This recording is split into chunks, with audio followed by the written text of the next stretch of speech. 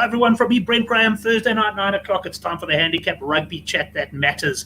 Well, all I can say to you is only in South Africa. We've already lost one of our guests tonight due to load shedding. Thoughts on sports not able to join us. And if you can hear noise in the background with me, that's my generator going. The good news is they should be suspending load shedding soon, so my wife will switch it off. At some stage, it's probably going to go dark here. You're not even going to know if I'm on the show. I may not even know if I'm on the show, but that's life in South Africa at the moment. Anyways, let's move on and introduce the panel. And also just welcome all the boys in the live chat. But let's start at the top of my screen, and it's Gavin Cohen, a.k.a. Oraclepedia or Oracle Rugby, whichever way you want to remember it. Gavin, good to have you back. Yeah, thanks, Brent. I was just going to say, some people's problems, you have a generator, and that's great, and it's a noise, and wow. I don't even know how good that feels. I've heard them in the background. My neighbours have got them. I've never had a generator. That's wonderful. I think it's a great invention, and if you've invested the money in it, that's fantastic. But I got to tell you, I've considered spending the 50,000 rand and actually powering the house on its own with these things that you put on the roof, the sun grabbers and these little wind turbines. There's no ways my next house, there's no ways I'm plugged into the grid. I'm done with this rubbish. Yeah, no, fair enough. I must tell you, I mean, it's only thanks to people like you that I've been able to afford to generate all those bets I've taken off you week after week got put to good use. But let's go down to the bottom of my screen there and welcome at Chris Rowe. But I just want to remind me about your Twitter handle there. Oh, sorry, I just took Chris out the stream. Chris at the Crow Tips. So welcome. I know you've been in some good form, and the boys will be lining up on Twitter to see what your treble is for the weekend. But good to have you on the show. Yeah, thanks, Brent. Yeah, good to be back. How's it, Gav? Yeah, those trebles have been working nicely, so I've just kept that strategy going for now, right? So while it's working, might as well keep that going. So yeah, it's been good. Yeah, good to be back. Good to see you guys. Excellent. Yeah, well, if something's working for you, go for it. But anyways, gents, we're going to get straight into the Lions test, and I've got the series betting strolling down below there, Chris. And what's quite interesting is there's been a definite shift towards the box over the last week or two. It started with the South African A side, of course, beating England in that Wednesday match last week. And funny enough, when the Bok team was named, there was a lot of people going, oh, they weren't so sure about the Bok team. But after the Lions team were named, the money has really come for the Boks. I understand in Europe that the Boks have shortened to favourites on some books. And here I've got World Sports betting prices quoted there. 19 to 20 the pair for the series. And obviously the draw, I think, quoted there 25 to 1. What do you think? Is the money spot on? The money appears to be coming for the Boks to win the series. Yeah, I can see why. I mean, my sentiment before the Boks has been getting better, has grown over this period as we've led up to it. So I can honestly see why. For me, it's always been a 2-1 series. I couldn't work out who it was going to be. If you were to press me, I'm still going to say the Lions to edge it. But that's what I really believe. I believe it's going down to a third test, and I almost don't see any test being a victory beyond 5 points. It's probably going to be similar to this Australia-French series you've just seen. Ups and downs, troughs, peaks and troughs for each team. One team getting the ascendancy, then the other. Because these team sheets and benches are interesting. So I don't see one team actually really getting the upper hand on the other. I'm gonna throw it out there. Don't write off a draw in one of these tests. It's highly possible. Of course, it's going to be that close, which could end up in a drawn series for sure. So there might be even value in the draw series if you're interested. But at this point, I'm gonna say the Lions at the end, because I truly believe, maybe not the Bok team, because I don't think we got too much to go on to chop and change. But I feel we'll see a different Lions side by the third test. I'm not sure. I'm interested to see how this Lions team goes in this first test. But I think in previous Lions series as well, they kind of like go in. It's like, I'm not sure Gat knows what some of his combinations are. We haven't seen some of these yet, and I find this very surprising. So I feel that if the Lions don't go well with this first test, they're going to be a quite different lineup by the end of it. But I think the Boks will just keep consistent and grow into the series. But yeah, for me, if I was to bet on the series, I haven't. I'm not going to go on the series. I might put a few units on the draw. To be honest, guys, you might have seen the groups. I'm not afraid of the draw. And when it is that close, the draw is in play. Why not go for it? You get massive value for it. So I might do that. But yeah, Lions probably to squeak it in the third test. Right, well, let's move on to Gavin.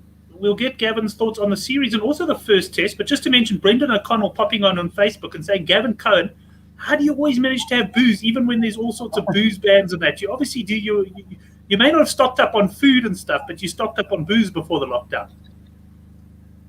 Yeah, so there was those voice notes going around the Thursday before Cyril closed the bottle stores, and everyone said, don't listen to them, they're fake news. I'm not a moron. I closed the bottle stores 5 times before. It was always in the race. It may not have been favourite, but it was definitely a runner.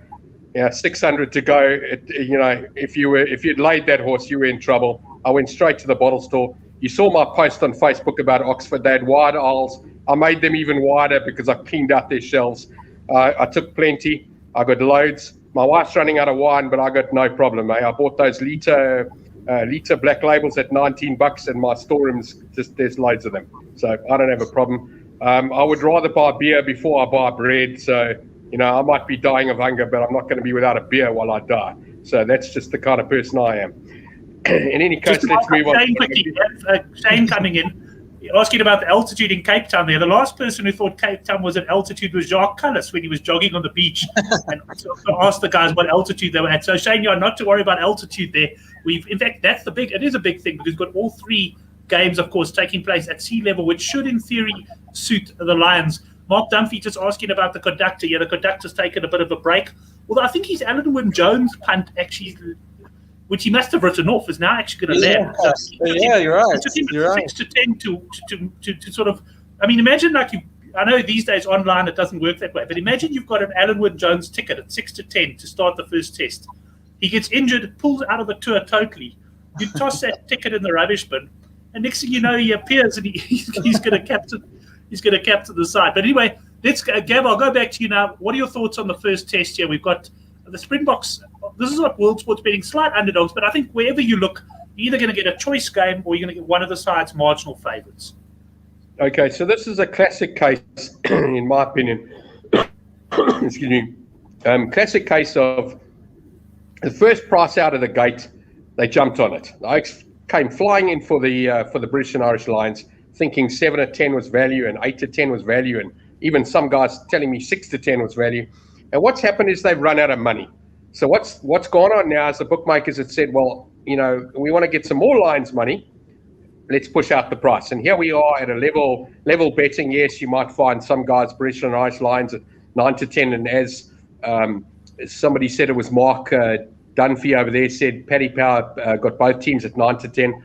That's what's going to happen. But I certainly think that the bookmakers are sitting with a red minus against the British and Irish Lions and a big fat plus black number on the box. I honestly think that's how it looks at just about every bookmaker, especially the guys like Bet Exchange. We spoke about them a couple of weeks ago. They came out at even money the pair, and they sat at it for a long time. And I think you eventually told me they made the British and Irish Lions favourite. So they must be standing it for quite a lot of numbers, telephone numbers, whatever it is. They had the biggest price for a long time, so they've got their book nice and pretty. Excuse me. Well, I say nice and pretty. It's nice on the one side and a little bit fat on the other side. But this is a mind games thing. I mean, I wouldn't say I got into an argument with a guy on Twitter. I don't even know who it was, but he made a mockery of Rassie mentioning something about the one tackle on, I think it was on Farrell. I can't even remember who it was, but I told him it was the water boy. It wasn't the coach. And, stop moaning about everybody else. Really, do me a favor, concentrate on what's going on. But that water boy thing was very clever. He realized that setting up that game against the South African A team on the same pitch on the same day got him all sorts of information. Rassie's not a mug. And I've said it and I'll say it again. I'm backing South Africa here because of Rassie. Yes, I just think he's cleverer than this Gatland character. I watched last night. I spent 2.5 hours watching that 2009 British and Irish Lions. I watched that game as well. Yeah, not the game. The documentary on all of the games when they went up to. They went and played in all those stadiums in the 2010 World Cup stadiums before the soccer tournament arrived. And I looked at all of that, and I looked at that young. I call him a young Gatland because he was obviously 12 years younger than he is today. He went to Australia in 2013. They won easily. Went to New Zealand. Yeah, they drew the series. He done quite well. But the reality is that it's very tough for these guys. I know it's a little bit easier in Cape Town than it would have been playing 2 test matches in Joburg. But, I don't know much about these players. I did see something that Han Couch Critic mentioned, which I thought was very important, especially to the guys that do know the players. And he pointed out that I think it was the 9, the 10, the 8, and the 12 that, round about the back of the scrum were from all 4 different countries.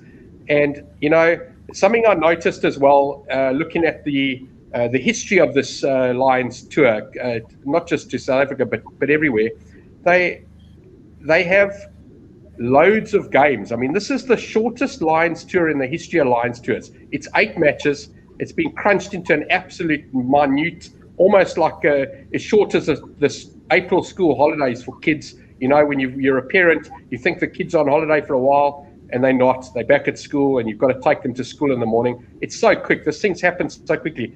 And I think that the benefit for the British and Irish Lions in the past, having these 15, 18, even 12-game tours, is that they've had a lot of time to get their connection, to get their movements and their players together and getting them to know each other. I reckon these oaks don't know each other. This is like going to someone's house for a party. You arrive at 6 o'clock and it's 6:45 and it's the first test match. I think these oaks in massive trouble. I don't think they've had any time to get anything together. And Russie's not a mug. He's got everything together. I'll be honest with you. I don't think the Lions win a game. And if they win a game, it'll be the first one. And if South Africa are leading 2-0, they might win that last one, because I was very impressed with that previous coach's comments going into the 3rd test the last time. They were 2-0 down, and he said, listen, this might be your last game. You have no idea if you're going to be playing again in 4 years' time. You might as well put that jersey on and play properly. And of course, they'd already lost the series. They went out there and fought for it. But I cannot see the British and Irish Lions winning the series for a number of reasons, and it's got nothing to do with knowing the players. I don't know the players. I mean, yes, I know a couple of them, but I honestly don't know them. I believe they're not starting that Irish number 9, the Conor Murray. I think that looks fantastic. I mean, I know 9s and 10s, and I generally know captains. And that Alan Wynne-Jones, I think it was an absolute mockery of an injury. I think they overplayed it. I think they did it on purpose. The guys in Europe have been well known to do stuff like that. Remember the blood bag incident at that one game where the doctor was involved and I bit the thing in his mouth and the blood came out. He ended up losing his doctor's license. I wouldn't put it past these Europeans to come up with all sorts of dodgy stuff, telling us the Oak's injured. He probably sprained and not even sprained. Sorry, probably got a little bruise on the other shoulder. Never mind the one that broke. But anyway, I think there was a load of rubbish. I think he was always coming back. And I think Russie, his water boy stuff and his stadium sitting at the top, he's taught the world he's not a mug. I say South Africa win this 3-0. And if you really want some cover, you can take 2-1. But there's no way South Africa don't win this test series.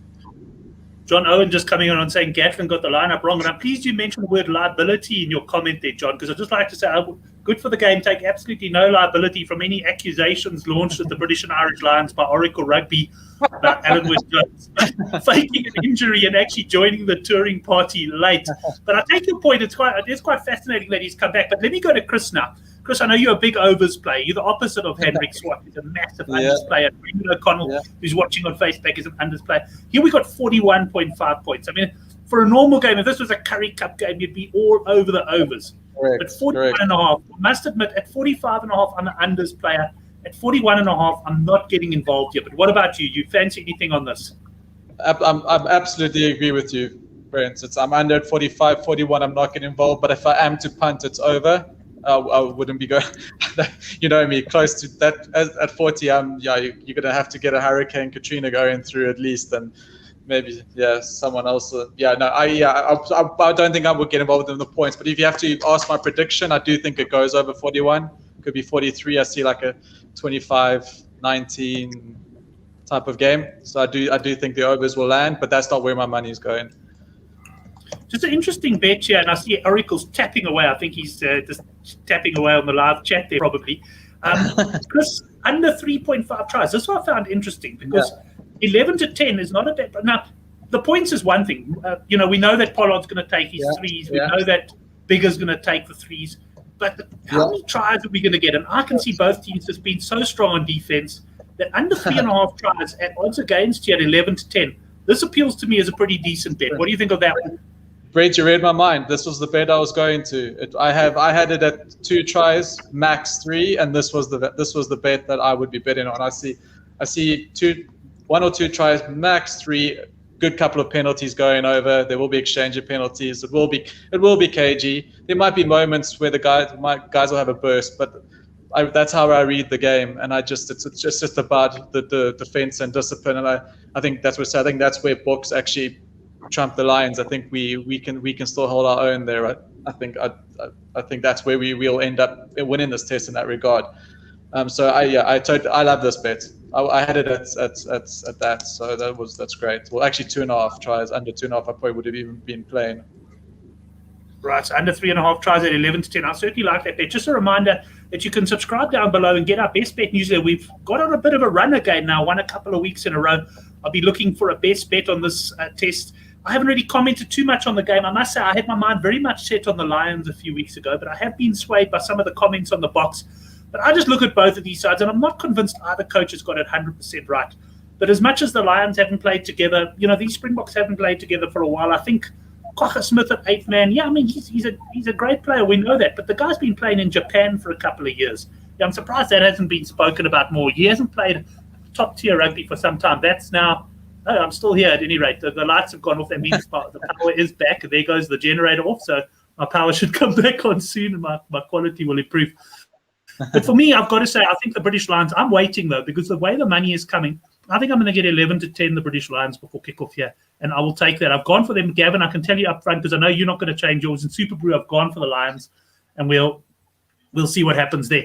Let's just talk quickly. And I guess, Chris, to stay with you, we haven't got Couch Critic on tonight, but if you looked at anyone for like first try scorer, anytime try scorer, obviously when you only fancy 2 or 3 tries, it's not a market you get too involved in. No, exactly. And I think we mentioned before the show, and even in this last man standing bets you got going, if I might even have a unit or 2 if for first try scorer to be a forward. I think if you still get 2.5 for that, decimals. I know you guys are on the fractions, but I'll probably have a unit or 2 on that as well to cover that under tries. I mentioned the 1 to 12 South Africa. That's not set in stone yet. That's not placed yet.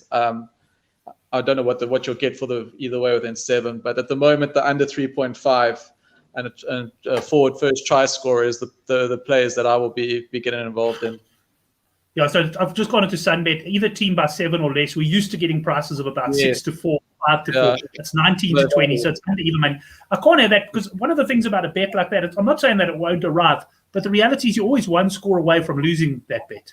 It just takes the box to be pressing that 4 points down, and then the Lions get an intercept and go and score or something like that. So not a bet I'm going to go. Just one bet I want to mention, though. Stefan Joubert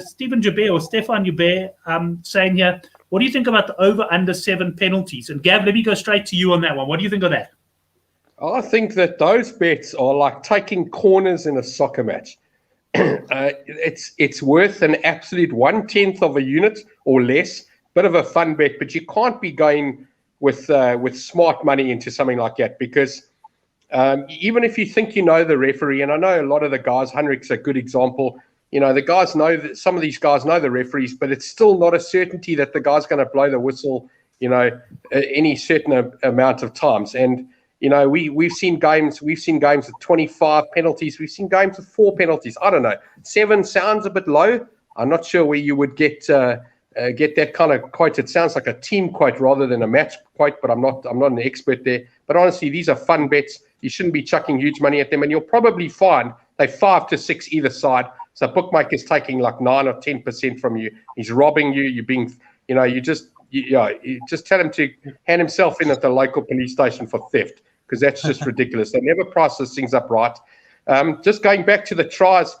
Chris, I hear you on the under tries, but I tell you, I'd be very worried about going under South Africa tries here.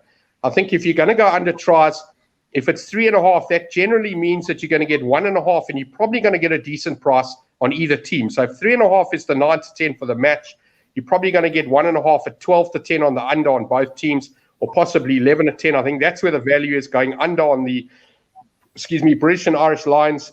Tries at under 1.5, that's value to me. I wouldn't be going under on South Africa. I wouldn't be going under on the match because of South Africa. There's nothing stopping South Africa scoring 4 tries in this game, and the British and Irish Lions scoring nothing. Right, but Chris, just before I bring you in, I just want to go back to what we were talking about, the penalties. I disagree with Oracle there, Stefan. I must be honest. I think the penalties is a very valid market. You could look at it. I mean, there are sometimes. I mean, the bookies have obviously taken that into account. 7 penalties is a high quote for a game, but I think the way the bookies price this up is normally fair enough. They've normally got 7 on the nose. Brent, are we talking about penalties scored here? Is that what we're talking about? Yeah, how many penalties, successful penalties? Not awarded.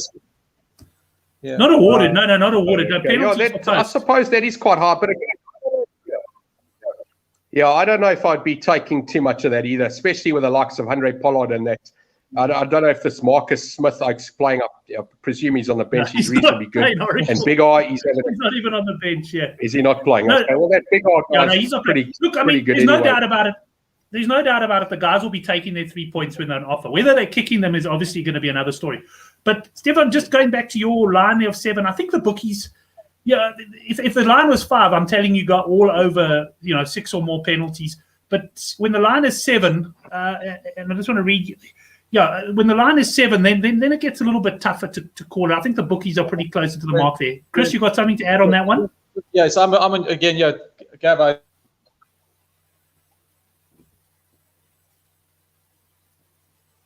I think Chris has hit a stumble block there. I was going to say, is it just me lost, Chris? No shedding in Poland.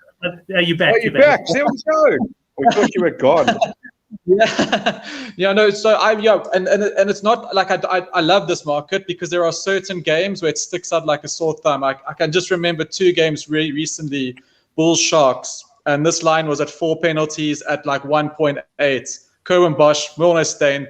There was 10, 12 penalties in the first half. Like some of these games, that market sticks up like a sore thumb, and I jump all over it. I won't be doing it on this game. I wait because sometimes you don't even get a good price. But when the right price comes in the right game, I'm all over that. That's one of my favorite markets. But it's a treat when I see them. What I see is a glaring mistake on the bookies when I really feel there's going to be 8 penalties and they give me 3 and 4, then I'm all over it. But yeah, not every weekend for sure.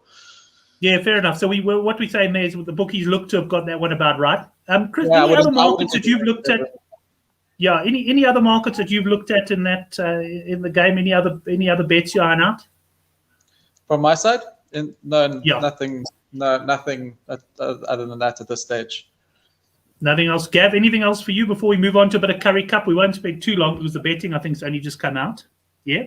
So this Hines onto something here with these hookers, and I know that we're going to chuckle at that, but he's been on them for quite a while. And geez, I've been looking at that. I'm not a first try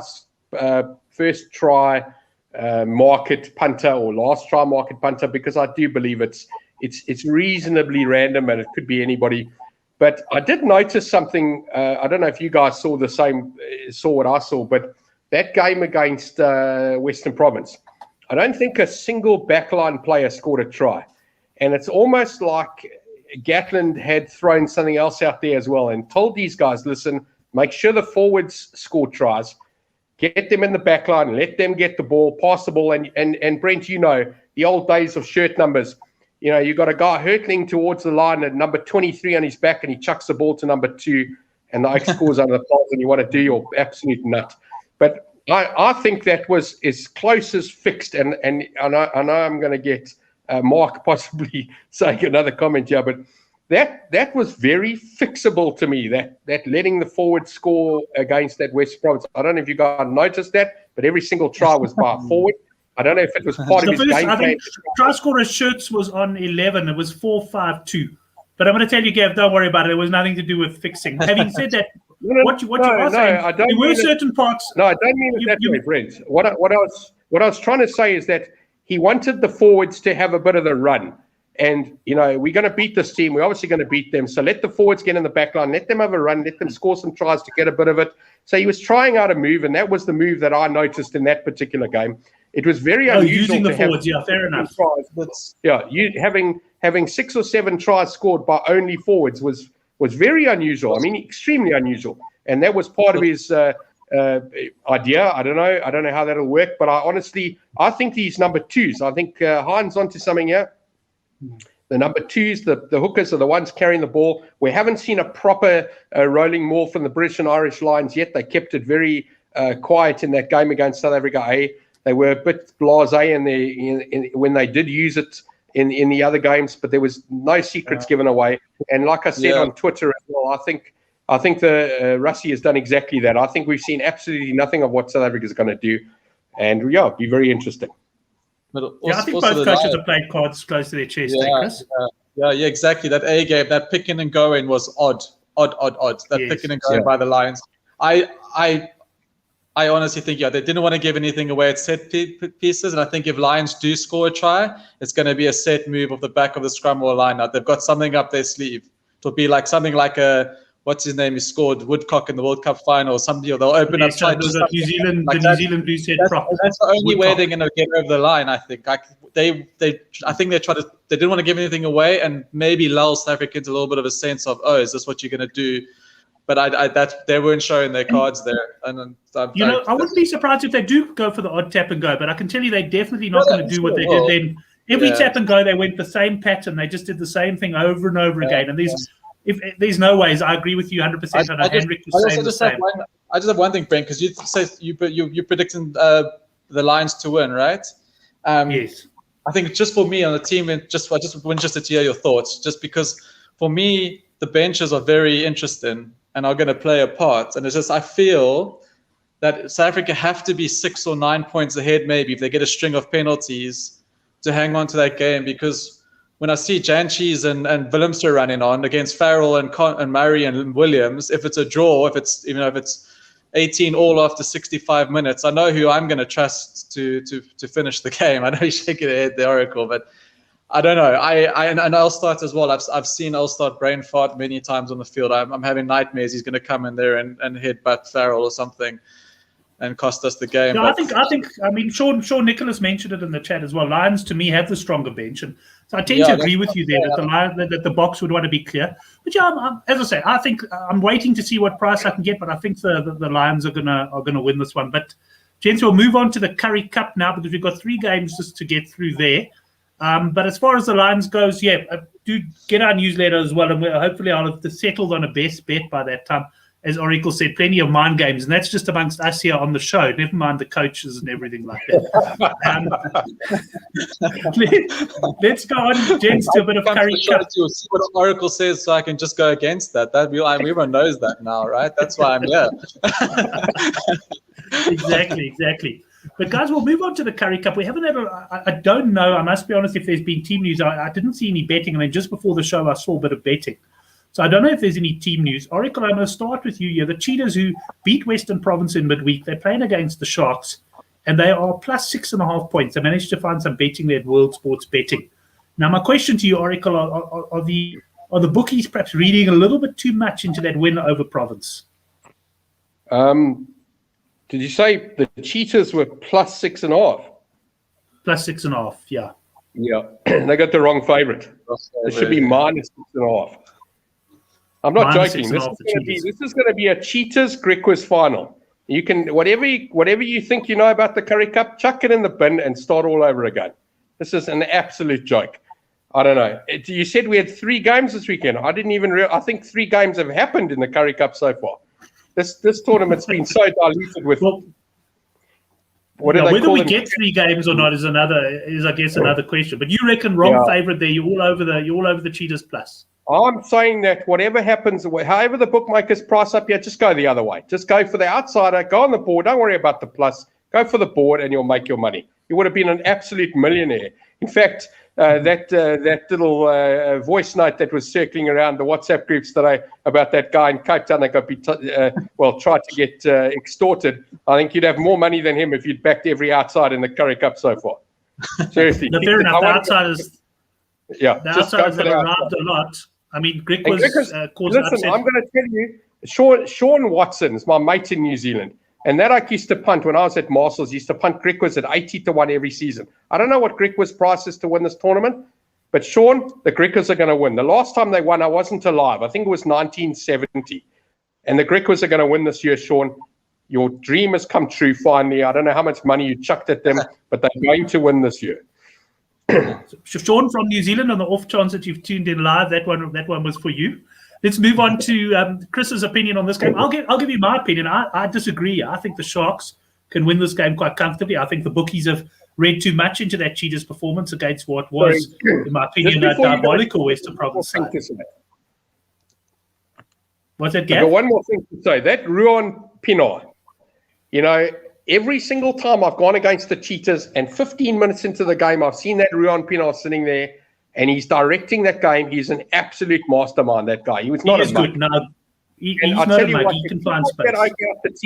You take him out the team, I'm on the other team. He is actually winning the games for the Cheetahs. He is seriously, I don't know how old he is. I think he's 35 or 36, probably older than Mornay Steyn.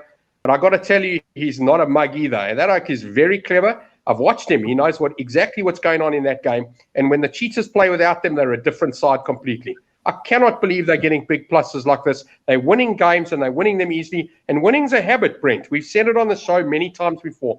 Cheetahs are winning games. They're winning games that bookmakers are expecting them to get thumped. This Cheetahs team is not rubbish, I promise you.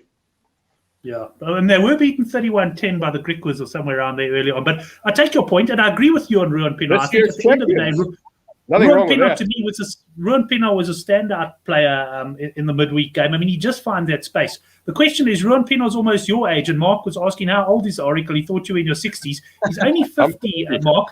But the question I got is, Ruan Pienaar's not that far behind him, and can he play 2 games in a few days? We'll have to find that out. Chris, what are your thoughts on the handicap here? Yeah, well, this is honestly, Brent, this will be my first looking at these markets because I get them very late in the UK. But Cheetahs were impressive. Province were absolute. Ruan was a star. But Cheetahs, I don't think I've seen Cheetahs with that commitment in a long time. If I can remember, I'm just be thinking out loud. They looks like they were in hell bent to beat Province the other day, and Province weren't good at all. Sharks, yeah. I mean, I don't know if we've seen the sides or not. It would be quite interesting to see the sides. +6 at home. Yeah, I don't know. I think I don't know. I just feel it was a little bit flattering. It was a good Cheetahs performance, but I think it was a little bit flattering. But if I had to choose handicap, I'll probably go on the Cheetahs plus. But that's purely on that game. They're at home. I don't know what the teams are like. But I just before we go on, and this is just again from my personal experience. This Currie Cup and even the Rainbow Cups before, and you know me as an overs punter, overs has come in many times if you get a good price, and that's always been my strategy. I will still go for this weekend. It'll probably be overs again. I think when I'm betting on these games, 8 out of 10 times it's come in 70% of the time. So that's my strategy, whether it's a totals or a team. So that will still be my strategy. I hardly get into the handicaps in these games, and I'm glad I don't because I would have been burnt. Yeah. I'm just chuckling at some of the comments. Mark Dumphy saying bad lighting there, that he thought Oracle was older than Henrik. His time has not been your friend. Love it, boys. Anyway, let me tell you, I think the Sharks are going to win this game quite comfortably. I do agree with Chris. You look for overs in the Currie Cup. We managed to get 53.5 points in the Griquas Lions game in midweek. Yeah. And then the other bet I took was over 6.5 tries in the Western Province Cheetahs game. And I had to wait until the final minute to get that try that won that game as well. And speak of the devil, I see this. I was on over. I don't know if you might say I was on Province over 17 and over 54. So that try was also sweating balls. Yes. So Brendan Vessels, the conductor, just making the point there what I was making about Ruan Pienaar. 2 games in 3 days for the Cheetahs. They're playing up against a fire and up Sharks side. I think who was it who made the comment about? I think it was Johan saying the Sharks haven't won in a while with Bosch starting, and that does worry me. Johan Bosch, I don't know. He's just not the real deal there, and he just doesn't get that backline moving at all. So, interesting. But I'm going Sharks there. I think the Sharks are going to win this game comfortably, and I'll be taking Chris's lead there in terms of points. But I might not look at match points there. I might well look at just the Sharks points. But, Chris, we're going to stay with you for the next game. This is an interesting one, Chris. We've got the Pumas who let us down badly. I don't know about you, let many of us down badly when they played against the Cheetahs last time. I remember and failed to beat them. And here we got a game. I mean, I put their Pumas plus half a point, but basically this is a choice game. Who's going to win the match? I don't know, Brent. Honestly, there's no form in these teams. You obviously in the old days, Province, you don't expect them to lose the Pumas, but I'm not. This is as I'm a Province fan. This is the worst Province team I think I've ever seen. Even the days of Rob Lind and Ross Skeet getting scrummed off the park at Newlands, it was ridiculous. This is worse. They don't have a coach and team. Pumas, they've had bad games, but I can just see them getting up for this game. So going to be close. I don't know who's going to win it. Sorry, Brent. I don't know, but getting points. No, that's fine if you don't have it. But this fixture's points. This is one of the points. I think I've been screwed once or twice before. So it's another points game. I probably will leave alone as well, just because I've been burned. I can't trust. We need Pumas to arrive, and Province could be anything. So, not a game that I'm going to tell you, if I left every team alone that had burnt me, I'd never bet at my age of punting. Boy, they've all burnt me over the years. But I get exactly what you're saying. You often get that game that lines up as the perfect overs play. I mean, yesterday's game was actually a case of point. Cheetahs against Western Province. I know it arrived in the end. Yeah. But the reality is the way that game started, Province should have scored 3 tries. Cheetahs were defending with their lives. And I think it was 5-0 after 30 minutes. I mean, I already had the gun loaded, ready to take myself out there. I mean, it was absolutely terrible. In the end, yes, it arrived, but you get those games. We always call them traps, where it looks too easy, the line's too low. You think it's easy money. It's never easy money. But Gavin, what do you think of this one? Pumas, slight underdogs, perhaps call it a choice game against Province.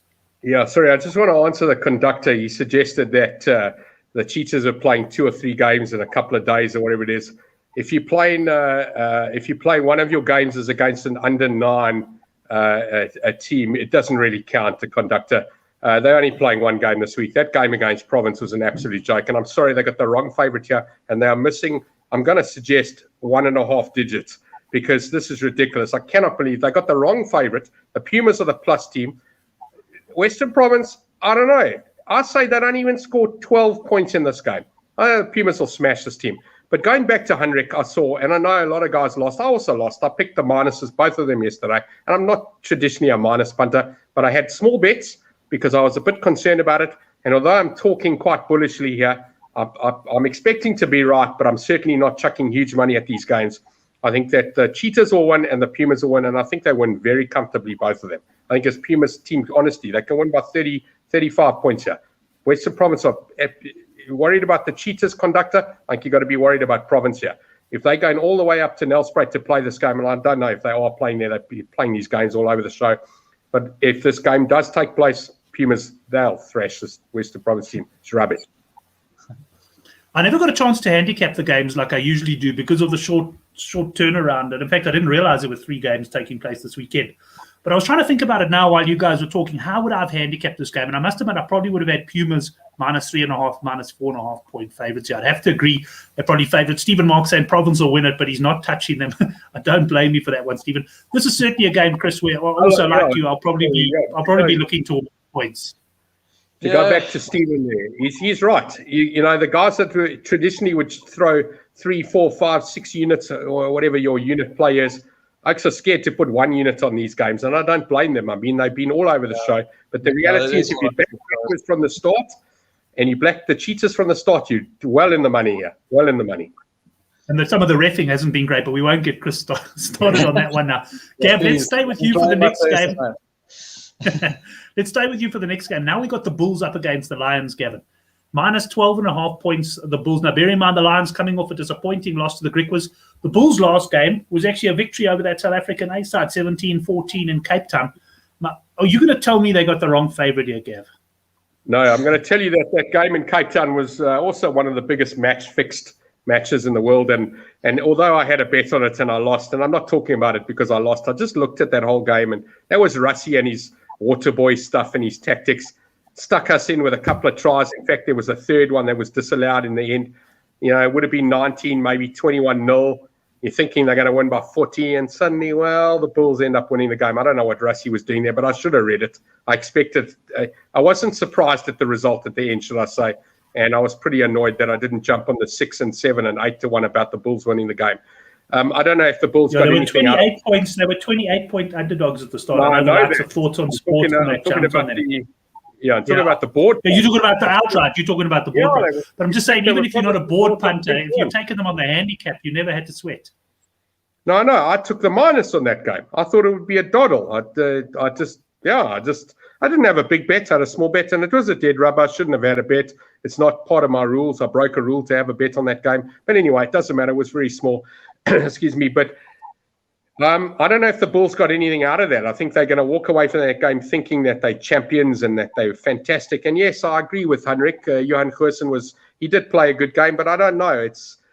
I don't know if he was if it was just allowed to happen. It was just very worrying. It was mind games. I don't know. I won't accuse anyone of match fixing, but it was definitely on a scale of 0 to 100 on match fixing. It was in the. I'm going to suggest. I can tell you 100% certain it's no match fixing. You spot on at the end of the day. Of course, the guys aren't going to show everything in those games. I mean, but at the end of the day, a guy like Johan Goosen is going to show everything he can. And I mean, I think Henrik was spot on there that Johan Goosen had a good game. But now, how does this leave us with the handicap here, Gavin? Are we talking Lions plus? Are you leaving it?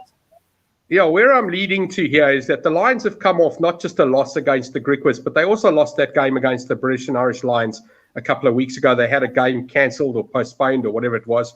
And now the Bulls have played a couple of games and they're pretty high up. And I suppose that's why the minus is as high as it is. And I'm going to tell you it's probably not high enough. I think the Bulls' confidence and the Lions' lack of confidence, the Bulls should beat this minus, but I'm not going big here. I like the minus here. I think they'll probably win by 20, 25, 30. The Lions gave me absolutely nothing with that Griquas game yesterday. But again, it could have been very good Griquas and average Lions. I don't know. But I like the minus here. Right. You like the minus. I'll share my pick on this game at the end, but let's get Chris's view on the Bulls Lions. Yeah. This is actually one handicap I would also get involved in. I like the minus here. I do like the Bulls. I do like the Bulls at home. What I have seen of the Lions in the last couple of games, I'm not impressed. When the Bulls play the Lions, Bulls usually put them away. Certainly at Loftus, I know I have been on this minus a few times in the last year with all this domestic stuff, and only the last 5-10 minutes of the Bulls put it away. But I see something similar like this. I also see a Bulls winning by 20 points. And yeah, I agree. Yeah, Johan Goosen, I think I nearly proposed to him at Tiger once 10 years ago. He's the best talent I've ever seen live. And That explains why he left the country. It is probably, yeah. But for me, I'm a fanboy. I think he was before he busted his shoulder it was the end of the world. But yeah, he is, and I think, I genuinely do mean this. I think at the Bulls stable under Jake White, I think he's going to thrive. I think he's going to have a great couple of seasons at the Bulls. To be honest, I think he will be the difference in these type of quality matches. He can be the difference like Pinar. And I think that will continue. And I do like the minus here. I will have a nibble at the minus here. Yeah, I must say, just coming in on this game, first of all, quickly on Johan Goosen, when I first saw that guy, I said, this guy's going to be the next great Bok. And at the same time, Etzebeth and Pieter-Steph du Toit were making their way up through the ranks. And I said, I think it would have been the 2017 Rugby World Cup. We were about 2 years away from that. And I said, we're going to win the Rugby World Cup because we're going to have Goosen at fly half, and we're going to have Etzebeth and Pieter-Steph du Toit. And it didn't turn out to be true. Of course, things went a bit pear-shaped for Goosen. But at the end, Steph du Toit and Etzebeth obviously proved their worth in the next World Cup. But for me, that was always one of the great wastes. And I'm hoping he comes back and maybe even gets another shot at the box as well. But boys, let me tell you something. This bet, I think, is the bet for me, one of the bets for me of the weekend. I like the Bulls minus 12.5 as well. I'm 100% with you guys. You know, the Lions were just so poor against Griquas. And I'm not reading anything into the Bulls' victory over the South African A side, but the reality is that the Bulls have been pretty much beating everyone who's put in front of them. Jake White has built a squad there with tremendous depth. And at the end of the day, I think they're going to have too much for a Lions side that really looks all at sea at the moment. I like the minus 12.5. And Sean knows I'm not the biggest halftime handicap punter, not because I think it's a bad market, because there are just certain markets that I never seem to catch right. And I'm the guy who likes that full 80 minutes to try and win my bet. But I totally agree with you, Sean. I think the minus 6.5 Bulls is an absolutely a bet there. So I'm going Bulls here, and I'll certainly be looking at Bulls points as well. Gav, anything else on this one? No, I just think, I think that it's a game of confidence as well. And like you said, Johan Goosen is playing very well. And I agree with you, Brent. I also thought he'd be a great Springbok at some point. He was fantastic. In his younger days, or it wasn't that long ago, actually, it was just a few years ago. And I think it's not. I always like the guys coming back, and I always said that Tablanche character that played for the Sharks and South Africa. Stefan Tablanche. Yeah, he ended his career in Durban, and I always wonder about that. I know Bucky's Botha was a Falcons at some point. That Tablanche character, he came from Bullard. I always think that these guys should give back a little bit and end their career or their last year of rugby or their last 2 years of rugby at the place they started. And so it's nice to see a guy like Goosen coming back to Free State and Ruan Pienaar, for that matter, coming back to Free State. I like that. I think that's very nice for rugby. It's great for the younger guys. And this Currie Cup, the little squads, the youngsters need the old guys. It's almost like that RPL where there's guys you don't know and there's sort of famous oaks playing as well. And it's quite nice that way. So, I like, and Goosen, I've always been a fan. Yeah, he's a good player. Well, let's get into our best bets. We've only talked about 4 games, but I knew there'd be lots to chat about, especially with the Lions test. And let's start with you, Chris, your best bet of the weekend. You feel free to throw a couple in if you're really strong on more than one. I think the Bulls -12 is the strongest, the best bet for me on the table at the moment. I think the test is going to be close. I've said the bets that I'll be putting on there, but not with as much confidence as Lions -12. And that was not even like kind of looking at the games before we had this chat, and that's just being honest, right? It's just I have an idea of what it will look like, and we've watched so many of these games. So -12 there. I think Cheetahs Sharks, like you said, on the eye. It's overs. It's an overs match all day, and I think it will arrive for sure. And again, like I know we're on the handicap as well, but I if I'm remembered, even if you get a Bulls points line, I don't know what it will be, but if it's around 28-30, I would even be over on the Bulls points. It's come home a few times at Loftus over the last year for me, so I'll be looking. I think you're going to be looking closer to 34, 35. Yeah, but I think so. I know. I just know I have had that previously, but I think not now, because we've seen the points go up, been high points game in our domestic game, and I think the bookies have clocked that now, so the value's gone on a lot of these points lines. But I'll look at it. The minus. But your best bet is Bulls -12.5. Or best bet Bulls minus, yeah. Okay, Gav, your best bet. Sorry, what you haven't mentioned, Brent, and I think this is quite important, and this might have something to do with my best bet, because I've been thinking about it for a while. What are the actual points quotes for this first test on Saturday? Do you know that? 41.5. So 41.5, I can tell you, is and I'll just quickly go on and get all the. So the total points, Gav, is 41.5. So, and then I'll give you obviously it's a fairly even split between the sides, but I'm just popping onto WSB. I'll tell you home and away. So home points being South Africa 20.5, 20.5, and away the British and Irish Lions 21.5. I'm going to say go under 21.5, the British and Irish Lions. I don't see them scoring more than that against this South African team. I'm not a points punter, but I like South Africa to win this game. I like them to win the series. I like them to win the series 3-0. But I think it's more likely that they win the game, South Africa wins the game. I think it's more likely that the British and Irish Lions do not score 21.5 points. So I'm going to suggest that's my bet. I'm not even a points punter, but that just sounds way too high. I think they'll be lucky to get 12. I don't know. I think under 21.5, that's more than 3 tries. Yes, they'll get a couple of penalties.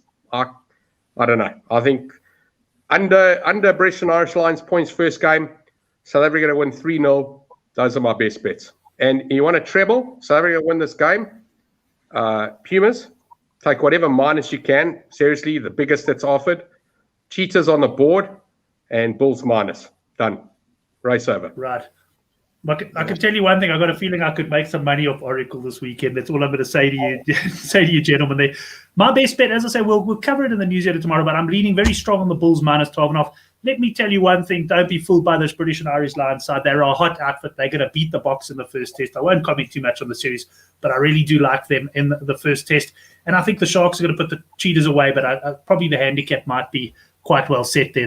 Those are my bets there. Gav, you got something to say about my bets? Yeah, I just saw Henrik's comment. Bigger's a good kicker. Absolutely, I do know that. I know the fly-offs. He's a great kicker. In fact, if you watched him along the sideline, he was kicking very well. And he's a lot. I wouldn't say older, but he's probably at the peak of his career at the moment, or close to it.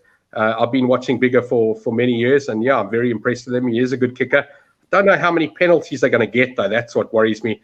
But anyway, sorry, one more thing. Sean's pointed out, it's the Olympic Games. The Sevens is on Monday and Tuesday, and Sean has quite clearly pointed out that the Argentina plus, in fact, probably more likely take Argentina on the board in that first game against Australia. But it's fantastic to get some Olympic Games, and I don't know if you saw about those beds, but they're not having sex, and they're definitely not having more than 2 people in a bed.